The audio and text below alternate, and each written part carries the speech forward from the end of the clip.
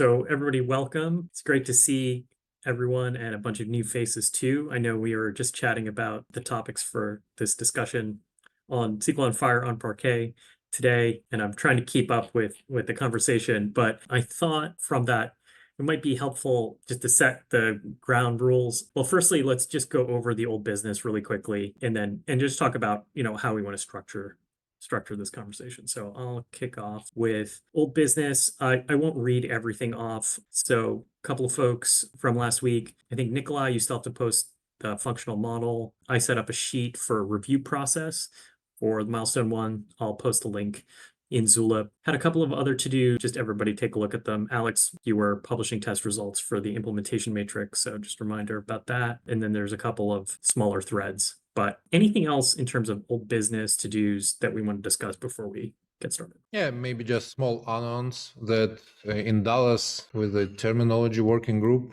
we're going to have a session to discuss terminology distribution, like standardize the format. Everybody who will be in Dallas, welcome to join us. So it's not going to intersect with the SQL on Fire track. Great. Yes, that is an announcement. I should actually let me get to, why don't you go next? I just want, because I was not here last week, I just want to make sure that the FHIR version thing was discussed and everybody's okay with me merging the. So I think Arjun, was it you who made the comment, or John also made a comment about having the 3-segment FHIR versions, which I made the change. I'm not sure whether people just merge their change or they wait for someone to approve and then they merge. Which way do we usually do the changes to the report? I think it's probably 50-50. I mean, if it's like everybody, it's a very obvious change or a copy change, we just merge it. But it's, I think, worth, if we're adding something to spec like that, just get somebody's eyes on it. So I think just set up a bunch of reviewers and then when somebody gets to it. Yeah, I'm not changing anything in the spec, but yeah, I mean, maybe John can merge this, when, because he has already looked at it once, so maybe he can just approve it and merge. Yeah, just give him a high five. Okay, great. Thanks for that, Bashir. Sorry, I don't think I tracked that. From my end, just wanted to, there you go. From my end, I did reach out to Sandy again. She hasn't gotten back to me. I am trying to track down just a room, particularly on like Sunday afternoon for a couple hours. So I'll keep on that and let you guys know, but we'll sort it out somehow. So that's it for Dallas. Anything else we want to talk about before we kick things off? Okay, so long-awaited SQL on Fire on Parquet session. I wanted to maybe just set some of the not ground rules here, but just structure it a little bit. Yeah, we're having a little conversation about, how we want to organize things, because this isn't just necessarily about Parquet. It could be about, the top problems and use cases to solve. To be honest, from my perspective, I think that focusing on use cases potentially could sort of help me organize it before we jump down to sort of details about Parquet. So potentially like talking about problems to solve and use cases that we have that are sort of active and in front of us. If everyone is willing, maybe we could take at least even a few minutes to do that. And then what I could do is record them and then plan out additional conversations around some of those topics. How does that sound for folks? Good? Okay, so what I have here is John, very helpful list. So obviously for this conversation, there's a conversation around using Parquet. So that's what we'll start with. And then in terms of or it's not exactly a use case, right? That's more of a solution. But so we were discussing the NCQA use case, which is around data slimming, essentially. Does anybody have any thoughts or questions about that? I know we have Alex on the call to talk through that. So everyone can read the channel around that. We're describing it as we're looking at creating view definitions, data requirements from FHIR SQL measures, and then encoding those as, structuring view definitions around that to then slim incoming data. And this is for the purposes of helping define what data folks need to map to FHIR, but also internally through our system that runs quality measurement. So I think that's a use case that we can certainly sort of put forward. So that's pretty much, Alex, I don't know if you have anything else to add about that. No, that was very well said. That's data requirements, view definition, Parquet, use it wherever. Right. Go ahead, Bashir. So just to make sure that I understand, so this is about the output of view definition being exported as like Parquet files, right? Not, full FHIR resources. The output of yes, this is about converting raw FHIR data or FHIR JSON data through a view definition, defined in some way, right, through requirements, then into compressed Parquet files. Yeah. Right. Yeah, I think because we're yeah. go ahead. No, go ahead, please. Yeah.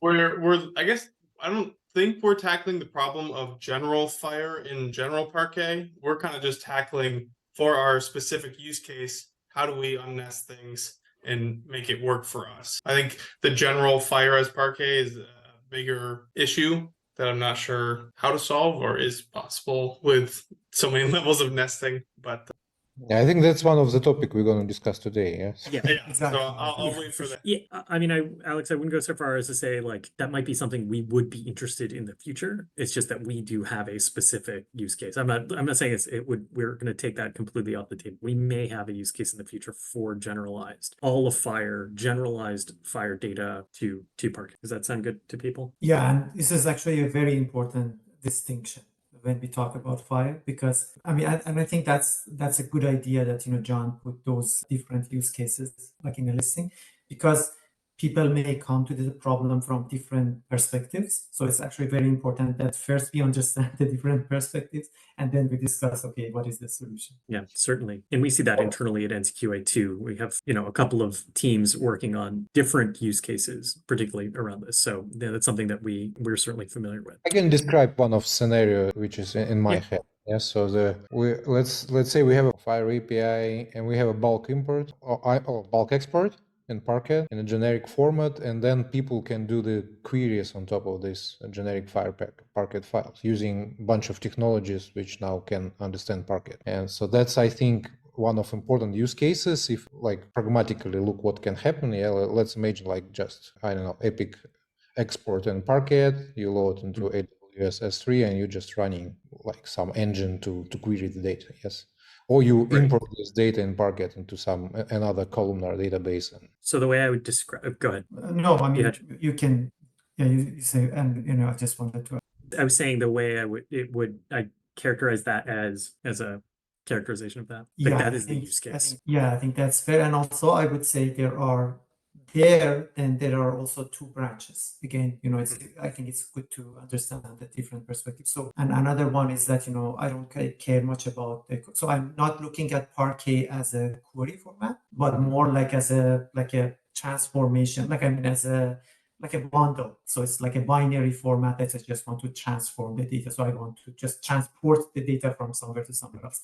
There is the distinction between the two use cases, because for the second case, it's not very clear that you necessarily need to do like Parquet. I think that it's actually a good idea to do Parquet for both, because then you just have one format that addresses the two problems. But I'm just saying that it's not necessarily the case that it should be done that way. Especially the data being lost, having lossless transformation into Parquet is probably like impossible. Sure. Yeah, and appreciate that perspective too. I mean, even though this kind of got advertised as SQL on FHIR and Parquet, there is that broader conversation of other potential formats. You mentioned Avro, protocol buffers. I think there's a couple others that are fairly popular. And I think, from my perspective, none of what we are talking about about Parquet specifically, precludes those other formats. And they are actually better than Parquet for certain use cases. The way I'm going to document that is use of Parquet in quotes, bulk FHIR exports for the analytics use case, and then for, I would say, maybe something called the interoperability use case.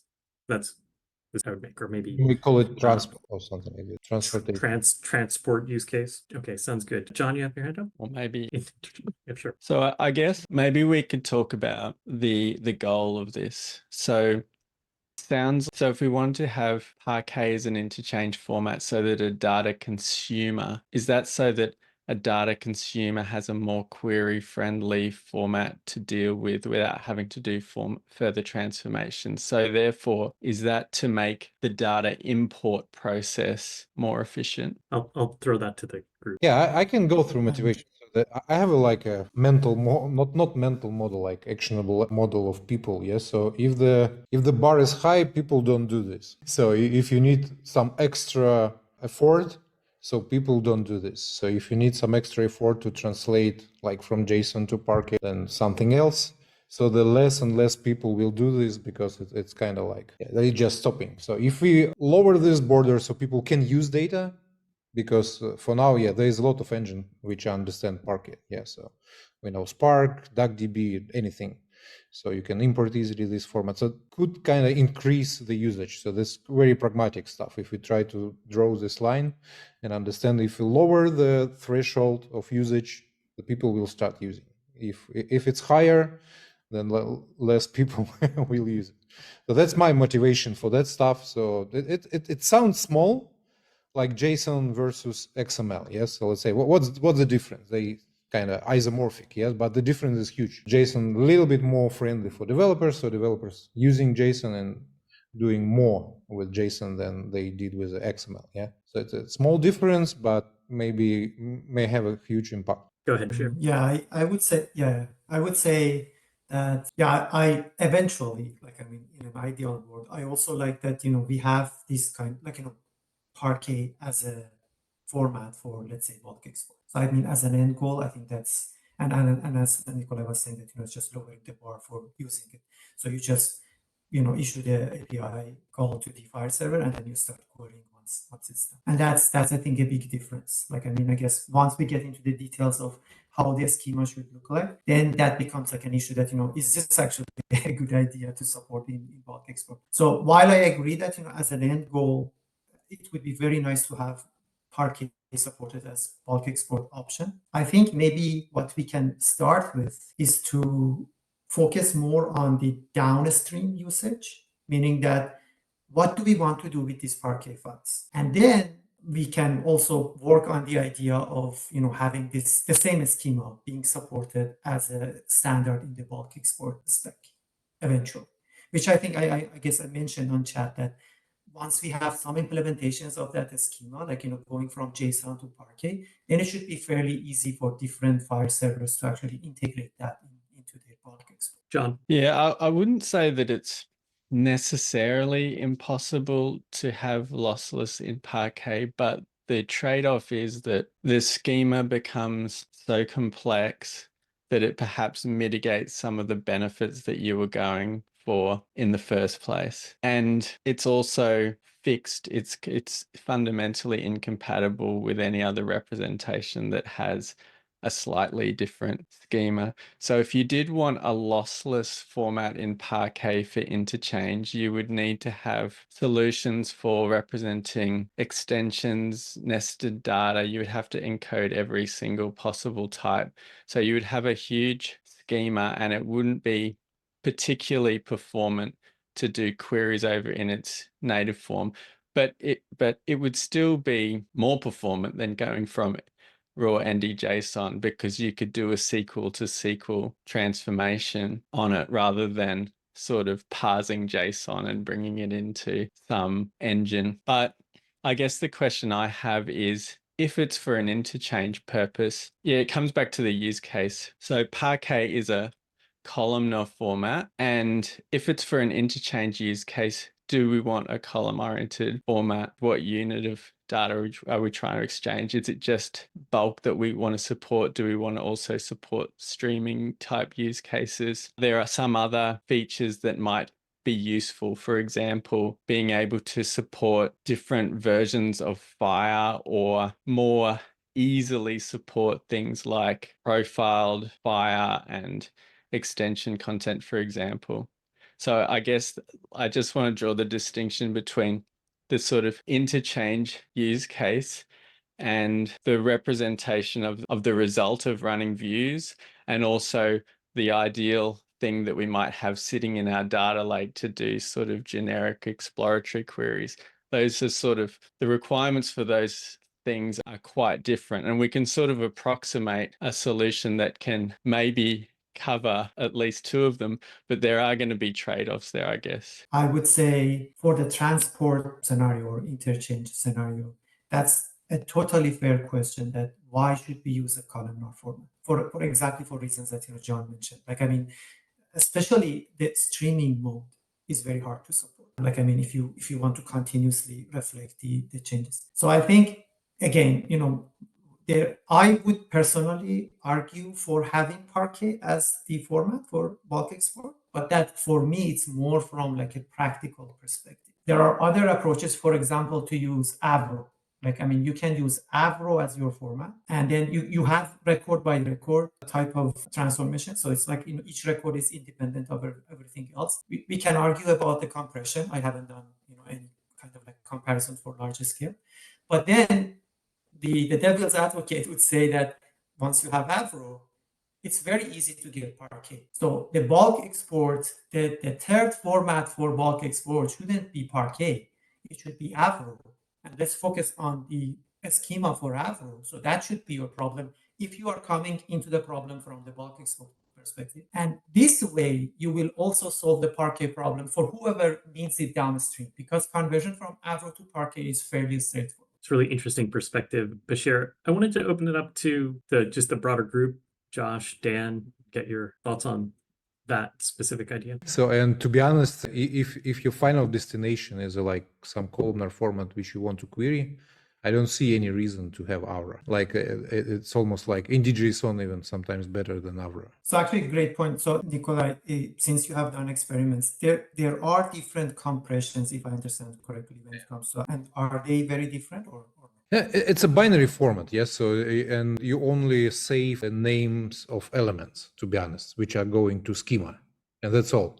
And then just generic compression is applied. But if you're talking about column, there's some smart stuff may happen, like because all these columns same type and they better can be compressed. And so the compression is not very good. So let's say IndyJSON and Aura is the same compression level. So if you want to exchange, and then the question, why do you need to convert JSON to Aura to get almost the same stuff? And to be honest, internally, as I understand, this is two different formats. So they both Java. Okay, so they quite close communities and stuff like this, but they are not generically linked to each other. Sorry, Dan. No, that was a good point, and I kind of agree with a lot of that. I think compressed. Josh pointed out in the chat that like we're looking at requiring gzip for clients and bulk export, so servers can always assume that they'll be able to export a gzip. And gzip and DJSON compresses a lot because it's all the repetitive column names that take up a lot of the space. And so when you compress those out, you get, it's not an amazingly compact format. You could probably do better, but it's not bad. I guess in terms of use cases, I thought the way John broke it out is really good. I like the diagram on Zulip. I guess the use case that I'm personally most interested in is kind of a data lake format for bulk data and Parquet. So and that may loop into some of the transport stuff, but I think like if you want a lossless JSON representation of the data, like maybe NDJSON is good enough. But if you want something where you can take that file without transformation and then be able to query it using standard tools, we need like some standardized, it would be good to have some standardized Parquet format for that so the tooling can work across different people's data lakes.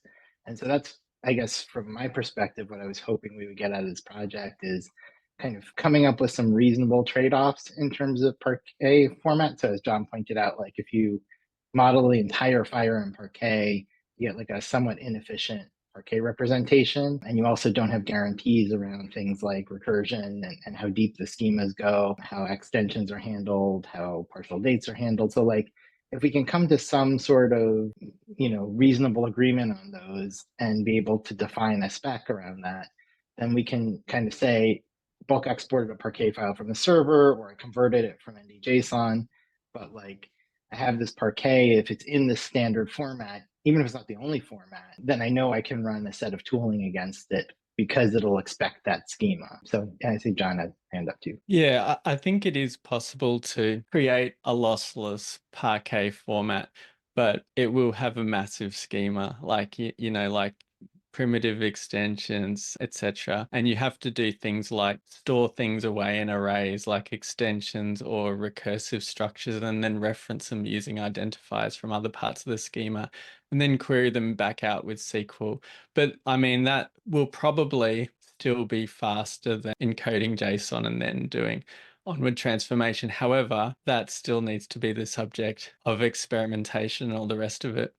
But the other scenario that we haven't talked about yet that I just wanted to preface and throw into the ring is the idea of, pushing processing to the source as well. Like, can we be more expressive about what the data we want from the source is and what shape we want it in? So for example, pushing the SQL and FHIR View runner functionality to the source so that instead of saying, give me a bulk export of absolutely everything lossless, you could say, give me a bulk export, but I want it according to this view definition, so that instead of trying to compress everything and get the full representation, you're only just getting the data that you want over the wire, and it's already had a level of transformation applied to it. In that, I mean, I think, oh, sorry. Go, Dan. Oh, no, just a quick comment. I mean, I think regardless of what other use cases we look at, we should definitely look at having an operation to be able to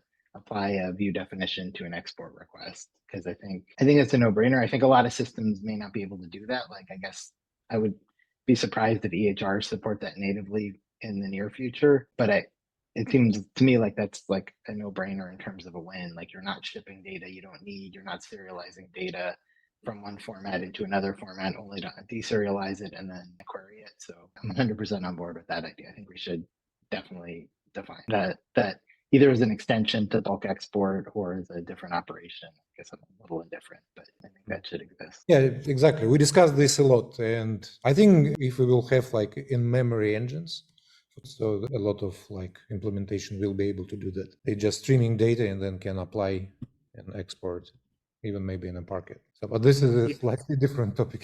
Right. This is more about server operations. And if I can just make one very brief comment here, this sort of corresponds to NCQA's data slimming use case using the data requirements as well. So let's not forget about data requirements, because they're in there too.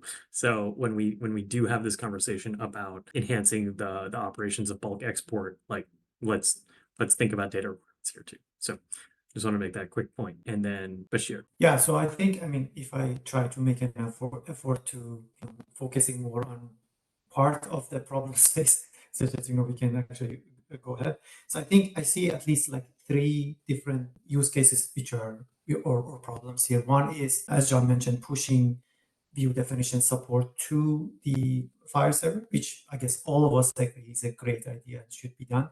But I also think that it's a little bit separate discussion from the specific Parquet question. The next one is, okay, the output of that going into Parquet, the output, like the view output going to the Parquet, which again is a very valid and useful use case. But again, I think that is also a little bit separate.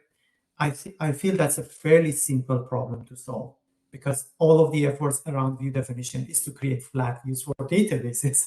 So it should be much easier to do it for Parquet. And then I think maybe, and selfishly, I'm proposing that maybe we should start now focusing more on the problem of full FHIR resources to Parquet scheme. How should we address that problem? And if everybody is okay with closing the chapter on the devil advocate proposal that I mentioned for Avro, I'm totally fine with that. But at least I think it's good to take a note of that we considered that, and then we said that, we want the next binary format for bulk export to be Parquet. That's totally fine with me. But yeah. And I would love to listen about all these trade-offs. So you guys work it a lot with the Parquet, so you understand, so what are the hard part of translating FHIR to Parquet? So if you can give us enough details so we have the same like understanding, that would be nice, at least for the further discussion. Yes. So we understand there's a problem with the primitive extensions and extensions by themselves, recursive data structures, like questionnaire. Yes. So what else? And maybe you can give more details about this and what are trade-offs. I think that's one of the one of our next steps. And if I just to make a quick comment on what Bashir said, like I haven't thought about it in detail, but I think the idea of specifying modern high performance binary serializations of FHIR resources is still an important case that potentially maybe we don't necessarily take on in this work, but I think that's a very valid and interesting use case, particularly for streaming purposes. Right. And so I don't know if other FHIR working groups are thinking about it. They may be, but I don't think that's something that we say necessarily no to as a whole, as a group and a community. So I just wanted to make that point. I mean, I think there's definitely, when we're starting to think about streaming data, some of the things we're doing at NCQA is starting to look at continuous monitoring data from devices where this might apply more directly. So wanted to mention that. And then John. So the original SQL and the Google Protocol buffer notation is basically profile specific in respect to its way of dealing with extension content. And then the Bunsen implementation didn't actually support extensions at all. And in the Pathling implementation, we wanted to support extension content, obviously. So we created like a structure where we could have identifiers for fields and like an array of extension structures that we could join, have at the root of the schema, and join extension content onto other parts of the resource. However, we don't support primitive extensions. So basically, the Pathling implementation represents sort of a big old compromise between functionality as we've needed it for users and performance, because in Spark, at least, the size and complexity of the schema has a very direct relationship to performance. But outside of Spark as well, it has a relationship to the complexity of the queries that you need to write to interrogate that schema. So the interesting areas there are extensions, so nesting. So in the Pathling implementation, we ask you to nominate a maximum level of nesting when you encode. So we don't actually have an infinite nesting solution in the Parquet schema currently. That doesn't mean that an infinite nesting solution isn't possible, but again, it potentially adds to query complexity and reduces performance. The other problem is primitive extensions. So if you want to represent primitive extensions, you effectively need another additional field or field identifier for every single field as well as every structure. And the other problem is open types. So as we know in FHIR, there's a lot of data types. So every time there's something with an open type, which includes extensions themselves, if you want to be able to support any possible type for that thing, you need to encode a field or the full structure and nested structure for that complex data type there. So that also adds a lot of fields to the schema. So yeah, I think it is possible to make a fully lossless schema. And I think it's a good idea to experiment with that and then contrast. So the main thing is we want to improve on the status quo, right? So the status quo is we just go straight from NDJSON. We do all that work to prepare for query.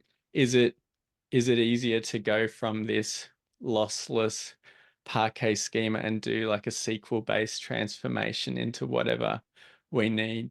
So I think that's a really good area of exploration. Does that answer your questions about that, Nikolai? Yes, and that's where I see that we can make some transformation to make it more convenient in Parquet. So if we agree on that, yes. So I don't know. Then sometimes like tell about this like flattening extensions into some extensions table. Yes, so we discussed first class extensions. We can maybe make some hack for primitive extension, like putting them into some appendix again. So, and we discussed, so guys did it for JSON. Okay, so even like guys did for JSON this postfix notation for polymorphic types. Again, it was done only, it's different in XML and in JSON, like representation.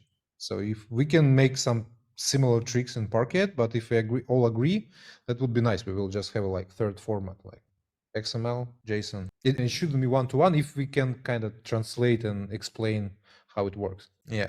Sorry, Josh, I forget to tell. But maybe you can tell even more about this story of underscore elements. And a dark story that I'd rather sweep under the rug, Nikolai. Now we're getting to the good stuff, Josh. The dark underbelly. Bashir has had his hand up. Yeah, so just also to add on what John mentioned in terms of the challenges.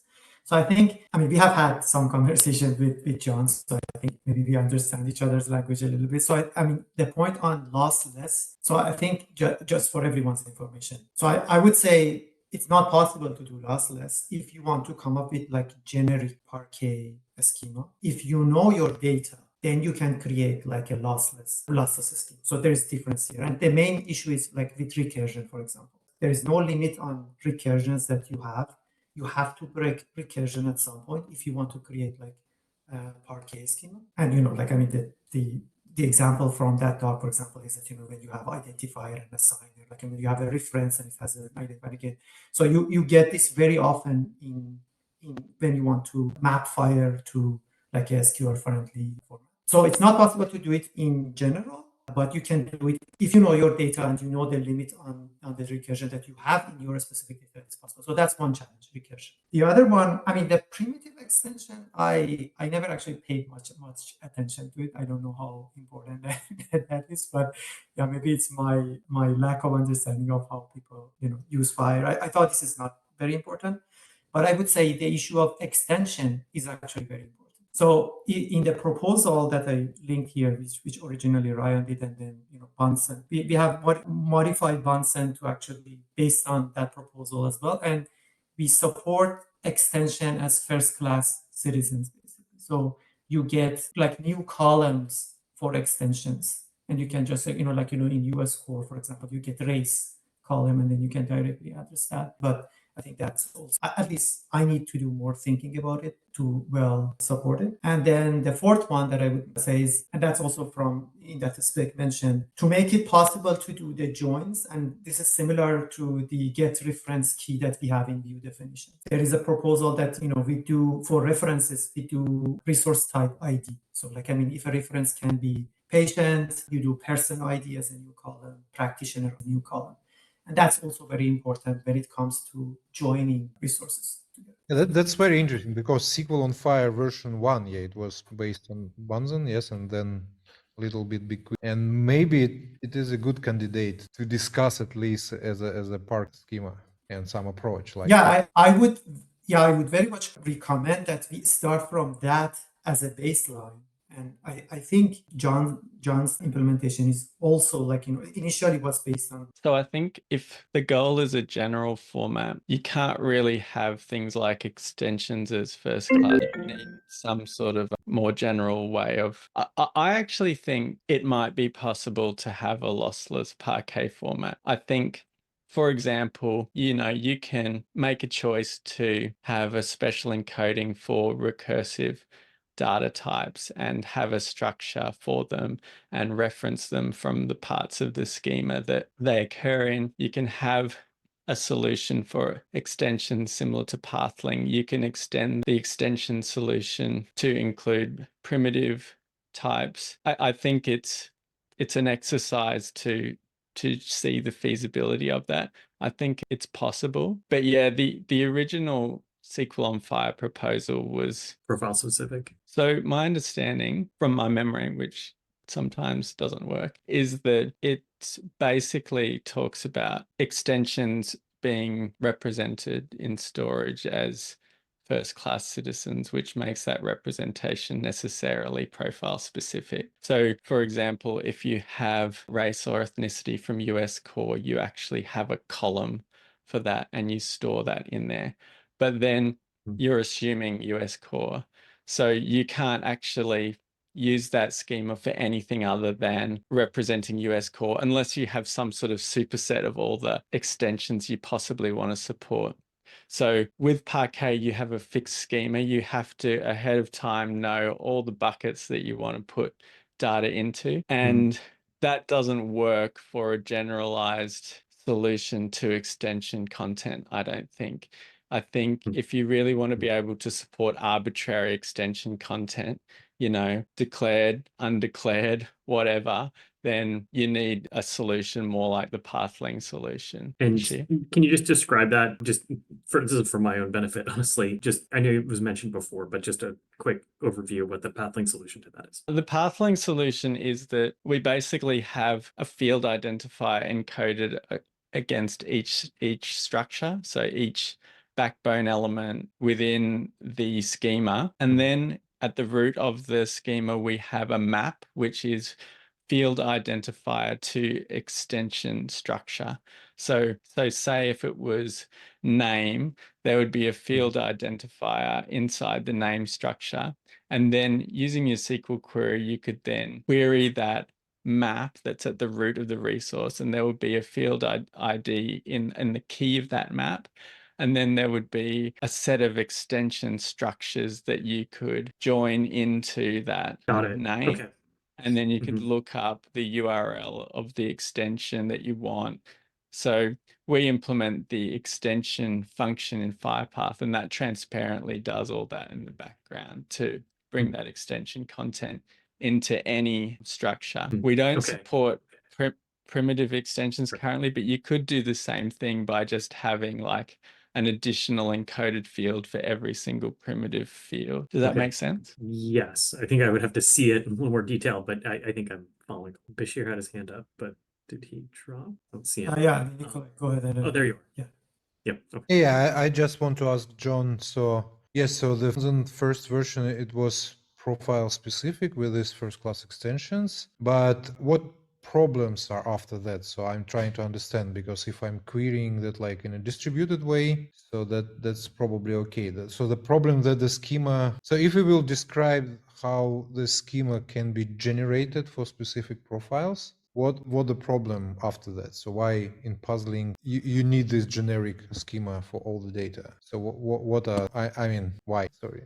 Yeah, so you either need a generic schema or you need to nominate the profile on encoding, right? Because if you don't know the profile that you're expecting, you don't know what columns to put in the table, right? So if I receive some JSON, like I really need that encoding process, that the creation of that Parquet schema to be profile aware in order to generate a schema that can store them as sort of first class elements. And that would also be possible. So you could say, hey, I'm going to create an encoder, and you can give it a set of profiles and it will encode all these. Or you could have both, you could have first class citizens and like a fallback to undeclared extensions. It just depends on what your goals are, I suppose. So if we were to make this interchange format, like how far do we want to go? Do we have common extensions as well as undeclared extensions? Do we have a whole bunch of annotations? Like you can keep going as far as you like, really. Yeah, if that makes sense. You mean that you want to get rid of profiles, yes? But we can imagine the world with the profiles and with this profile specific schemas. Yeah. Okay, at least I would love to research this area as well. Yeah, so we may have a generic schema and we still can think more about this profile specific schemas and how it works. So and why it will not work for some generic solutions. Yeah, I guess I'm just sort of pointing out, like, if you want this to be interchange, like an alternative to NDJs, then presumably you want to have sort of similar properties, right? So NDJs is kind of a bit more flexible than Parquet in some sense, because it can accommodate, profile specific, non-profile specific. It can even be a little bit flexible on elements within the FHIR resource and all that sort of thing. With Parquet, it's just a hard schema. And if you change the FHIR version, that schema is incompatible with another FHIR encoded profile specific element. So that's just something. But what means incompatible?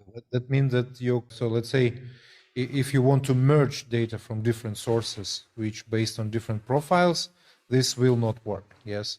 If you will query these two files in parallel using kind of similar, using same elements all of them have, it will probably work. Yeah. So 3 points. One is that, so I think I guess the point that John was making about being like a generic, I mean, when you use map and it's independent of the extension, that's actually a very valid point. I think we should we should also think about what is the use case. And I don't know if, John, if you have done a comparison before, because I don't know the answer. When you want to query, and if you have, let's say, your extension column as a separate column, it is probably more performant to query that versus if it's buried in a map. And again, I don't know how much the difference would for that be. But I guess then the question is whether the use case is more toward like, the query question, like, doing analytics on Parquet, or whether we want more flexibility in terms of moving these files from one system to another system, which may have different extensions. So the only issue with the separate columns is that if you are moving the data to another system that has different extensions. So that's the first one. The second point about merging, you can actually do merging, and that's actually what we have functionality for.